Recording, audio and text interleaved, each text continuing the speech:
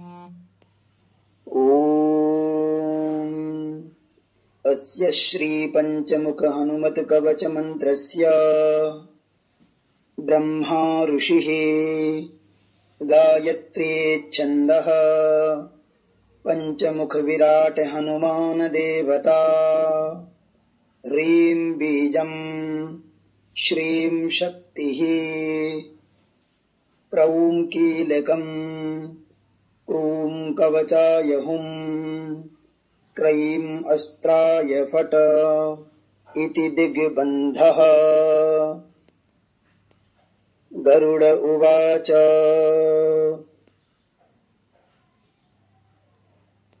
अथ ध्यानं प्रवक्ष्यामि शृणु सर्वाङ्गसुन्दर यत्कृतं देवदेवेन ध्यानं हनुमतः प्रियम्। पञ्चवक्त्रं महाभीमं त्रिपञ्चनयनैर्युतं बाहुभिर्दशभिर्युक्तं सर्वकामार्थसिद्धिदम्। पूर्वतो वानरं वक्त्रं कोटिसूर्यसमप्रभम् दंष्ट्राकरालवदनं भ्रुकुटीकुटिलेक्षणम्। अस्यैव दक्षिणं वक्त्रं नारसिंहं महाद्भुतम् अत्युग्रतेजो वपुषं भीषणं भयनाशनम्। पश्चिमं गारुडं वक्त्रं वक्रतुण्डं महाबलं सर्वनागप्रशमनं विषभूतादिकृन्तनम्। उत्तरं सौकरं वक्त्रं कृष्णं दीप्तं नभोपमम् पातालसिंहवेताल ज्वररोगादिकृन्तनम्। ऊर्ध्वं हयाननं घोरं दानवान्तकरं परम् येन वक्त्रेण विप्रेन्द्र तारकाख्यं महासुरम्। जघान शरणं तत्स्यात् सर्वशत्रुहरं परम् ध्यात्वा पञ्चमुखं रुद्रं हनुमन्तं दयानिधिम्। खड्गं त्रिशूलं खट्वाङ्गं पाशमङ्कुशपर्वतम् मुष्टिं कौमोदिकीं वृक्षं धारयन्तं कमण्डलुम्।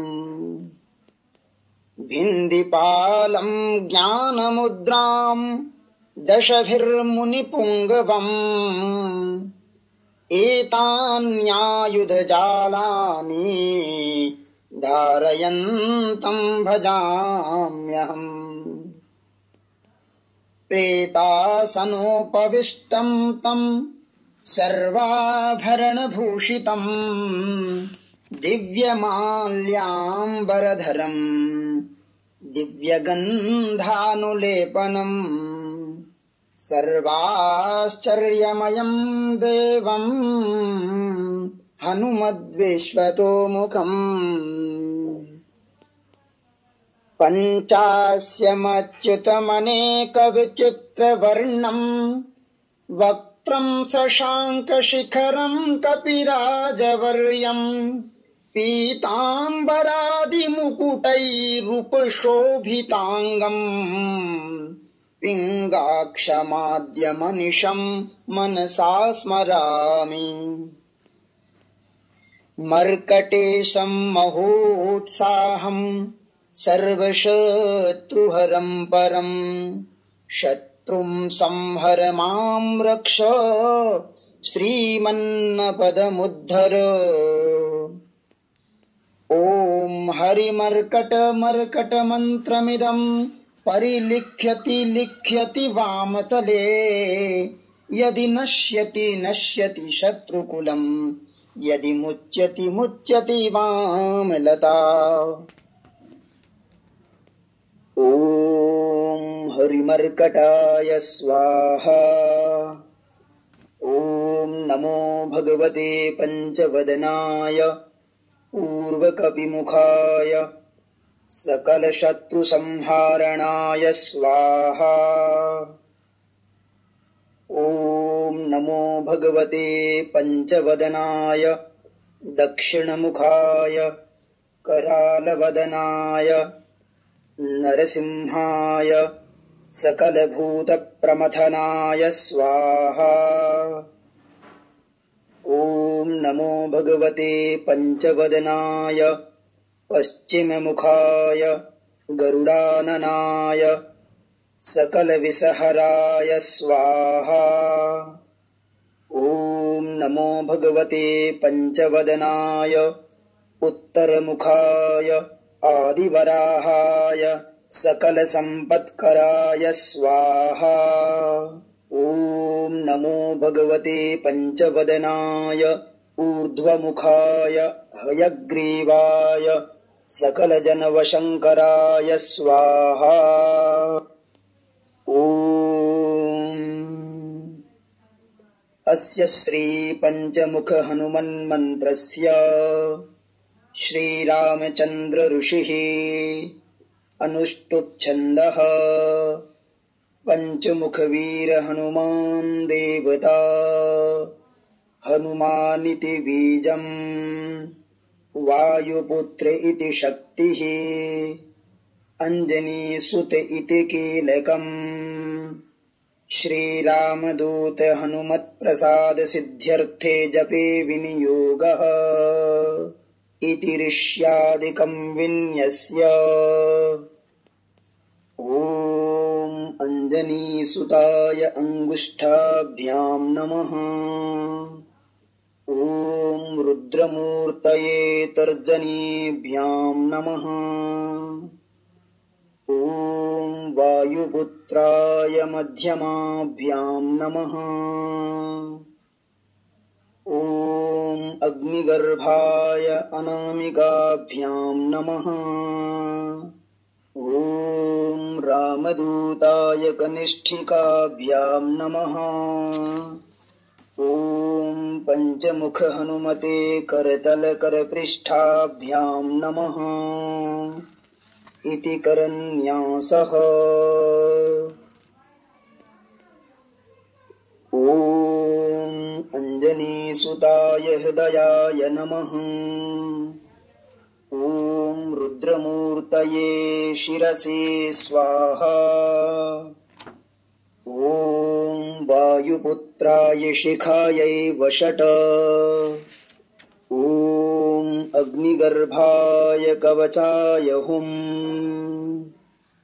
ॐ रामदूताय नेत्रत्रयाय वौषट।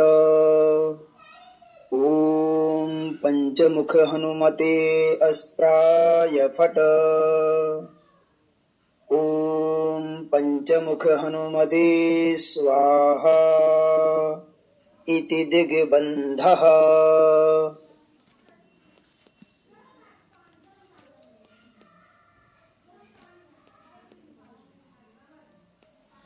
वन्दे वानरनारसिंहखगराट् क्रोडाश्ववक्रान्वितम् दिव्यालङ्करणम् त्रिपश्च नयनम् दैदीप्यमानम् रुचा हस्ताब्जैरसिखेटपुस्तकसुधा कुम्भाङ्कुशादिहलम् खट्वाङ्गम् फणिभूरुहम् दशभुजम् सर्वारिवीरापहम्।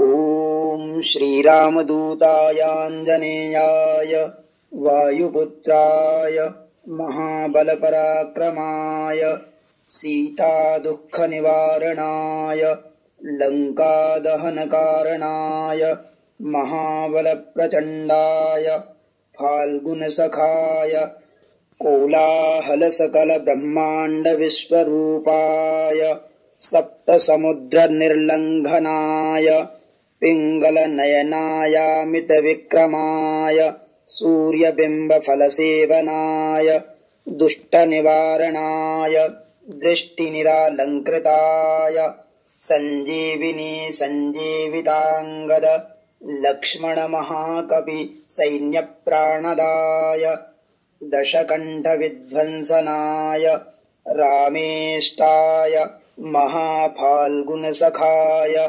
सीतासहित रामवरप्रदाय षट्प्रयोगागमपञ्चमुखवीर हनुमन्मन्त्रजपे विनियोगः। ॐ हरिमर्कटमर्कटाय बं बं बं बं बं फट् स्वाहा। ॐ हरिमर्कटमर्कटाय फं फं फं फं फं फट् स्वाहा। ॐ हरिमर्कटमर्कटाय खें खें खें खें खें मारणाय स्वाहा। ॐ हरिमर्कटमर्कटाय लुं लुं लुं लुं लुं आकर्षित सकलसम्पत्कराय स्वाहा। ॐ हरिमर्कटमर्कटाय धं धं धं धं धं शत्रुस्तम्भनाय स्वाहा। ॐ तं तं तं तं तं कूर्ममूर्तये पञ्चमुखवीर हनुमते परयन्त्र परतन्त्रोच्चाटनाय स्वाहा। ॐ कं खं गं घं गं चं छं जं झं यं तं ठं डं ढं णं तं थं दं धं नं पं फं बं भं मं यं रं लं वं शं शं सं हं लं छं स्वाहा इति दिग्बन्धः। ॐ पूर्वकपिमुखाय पञ्चमुख हनुमते तं तं तं तं तं सकलशत्रुसंहरणाय स्वाहा। ॐ दक्षिणमुखाय पञ्चमुख हनुमते करालवदनाय नरसिंहाय। ॐ ह्रां ह्रीं ह्रूं ह्रैं ह्रौं ह्रः सकलभूतप्रेतदमनाय स्वाहा। ॐ पश्चिममुखाय गरुडाननाय पञ्चमुख हनुमते मं मं मं मं मं सकलविषहराय स्वाहा। ॐ उत्तरमुखाय आदिवराहाय लं लं लं लं लं नृसिंहाय नीलकण्ठमूर्तये पञ्चमुख हनुमतये स्वाहा। ॐ ऊर्ध्वमुखाय हयग्रीवाय रुं रुं रुं रुं रुं रुद्रमूर्तये सकलप्रयोजन निर्वाहकाय स्वाहा। ॐ अञ्जनीसुताय वायुपुत्राय महाबलाय सीताशोकनिवारणाय श्रीरामचन्द्रकृपापादुकाय महावीर्यप्रमथनाय ब्रह्माण्डनाथाय कामदाय पंचमुखवीर हनुमते स्वाहा।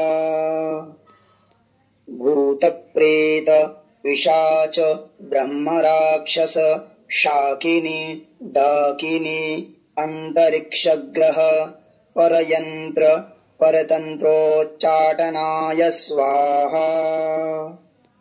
सकल प्रयोजन निर्वाहकाय पंचमुखवीर हनुमते श्रीरामचंद्र वरप्रसादाय जं जं जं जं जं स्वाहा। इदं कवचं पठित्वा तु महाकवच पठेन्नरः एकवारं जपेत् स्तोत्रं सर्वशत्रुनिवारणम्। द्विवारं तु पठेन्नित्यं पुत्रपौत्रप्रवर्धनम्। त्रिवारं च पठेन्नित्यं सर्वसम्पत्करं शुभम्। चतुर्वारं पठेन्नित्यं सर्वरोगनिवारणम्। पंचवारं पठेन्नित्यं सर्वलोकवशङ्करम्। षड्वारं च पठेन्नित्यं सर्वदेववशङ्करम्। सप्तवारं पठेन्नित्यं सर्वसौभाग्यदायकम्। अष्टवारं पठेन्नित्यं इष्टकामार्थसिद्धिदम्। नववारं पठेन्नित्यं राजभोगमवाप्नुयात्। दशवारं पठेन्नित्यं त्रैलोक्यज्ञानदर्शनम्। रुद्रावृत्तिं पठेन्नित्यं सर्वसिद्धिर्भवेत्।